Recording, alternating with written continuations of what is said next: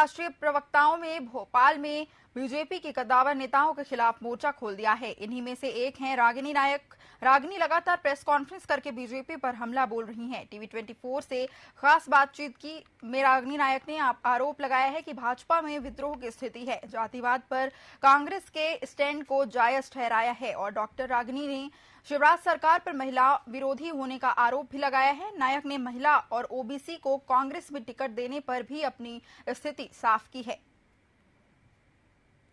मध्य प्रदेश की सियासत में कांग्रेस और बीजेपी के बीच जुबानी जंग जारी है। हमारे साथ हैं कांग्रेस की राष्ट्रीय प्रवक्ता रागिनी नायक, जो लगातार मध्य प्रदेश में कांग्रेस की तरफ से फायर कर रही है बीजेपी को। बीजेपी भी फायर कर रही है। बीजेपी कह रही है कि जिस तरह से पितृपक्ष का इंतजार किया जा रहा है वो एक बहाना है और कांग्रेस में अंतर कलह इतनी है कि टिकटों का ऐलान नहीं कर पा। देखिए, बीजेपी कुछ फायर नहीं कर रही है। बीजेपी मध्य प्रदेश में फुस्सी बम हो गई है कि आप कितना भी सुतली में आग लगाएंगे निकलेगा कुछ नहीं, क्योंकि जो घर पूरी तरीके से आपस में ही बटा हुआ होता है वो बाहर जाके विरोधी से क्या लड़ाई लड़ेगा। तो यहाँ पर आप देखिए, सबसे पहले तो मोदी जी ही शिवराज सिंह जी का नाम नहीं लेना चाहते।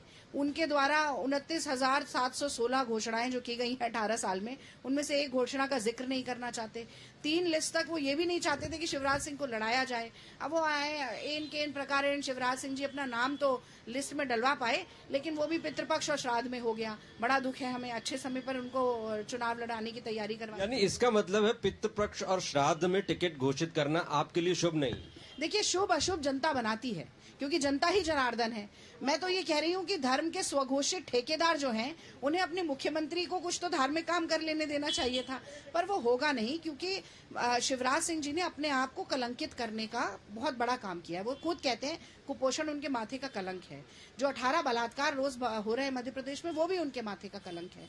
जो नौजवान पटवारी घोटाले, व्यापम घोटाले की भेंट चढ़ गए, वो भी उनके माथे का कलंक है। जो 45 लाख किसान बैठा है सोयाबीन की फसल के मुआवजे के लिए, वो भी उनके माथे का कलंक है। वो सारे आदिवासी जिनके 3,22,000 पट्टे निरस्त किए इन्होंने, वो भी इनके माथे का कलंक है। तो अब कलंक लगते लगते पूरा मुंह काला हो चुका है। इसीलिए क्या कहते हैं, सच का बोलबाला, झूठे का मुंह काला, और सच का बोलबाला जनता 17 तारीख को करके दिखाएगी और कमलनाथ जी को मुख्यमंत्री बनाएगी। एक आखिरी सवाल, सच के साथ जनता खड़ी है, आप सच के साथ खड़ी हैं, तो ये जातिवाद, जातिगत जनगणना और तमाम तरह के इस तरह के मुद्दे जिनको देश पहले पीछे छोड़ चुका है, फिर से इनको जागृत करना।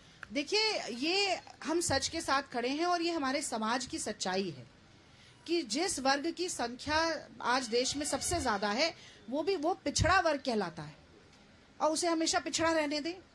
वो हमेशा अदर बैकवर्ड कास्ट ही रहें, या उनको भी भागीदारी, हिस्सेदारी सत्ता में, समाज में, राजनीति में बराबरी से मिलनी चाहिए। तो संख्यकों को भी ये चाहिए। ये बड़ा प्रश्न है, और बिल्कुल, क्यों, मैं कहती हूँ हर किसी को चाहिए, मुझे भी चाहिए, महिलाओं को भी चाहिए। पर महिलाएं भी जो है उसमें कितनी दलित हैं, कितनी ओबीसी हैं, कितनी ट्राइबल हैं, आदिवासी, क्यों ना पता चले, क्यों ना जनता जाने। कितने नए स्कूल, विद्यालय ये सब खोले, जो खुलता है उसमें अगर चिकित्सा के लिए खुलते हैं तो नर्सिंग घोटाला हो जाता है।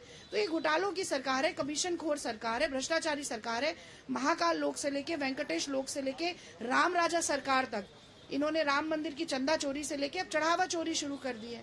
तो ये सरकार, तो भगवान का प्रकोप भी इन पर पड़ने वाला है, और जनता तो जनार्दन होती ही है, वो इनको जल्द से जल्द दरवाजा दिखाने वाली। Thank you. रागिनी नायक का स्पष्ट कहना है कि जनता जनार्दन इनको दरवाजा दिखाना चाहती है। तो ये राजनीति है, चुनावी माहौल, और चुनावी माहौल में इस तरह के तीखे तेवर आपको लगातार देखने को मिलेंगे। कैमरामैन सुशील यादव के साथ अतुल पाठक, टीवी 24 भोपाल।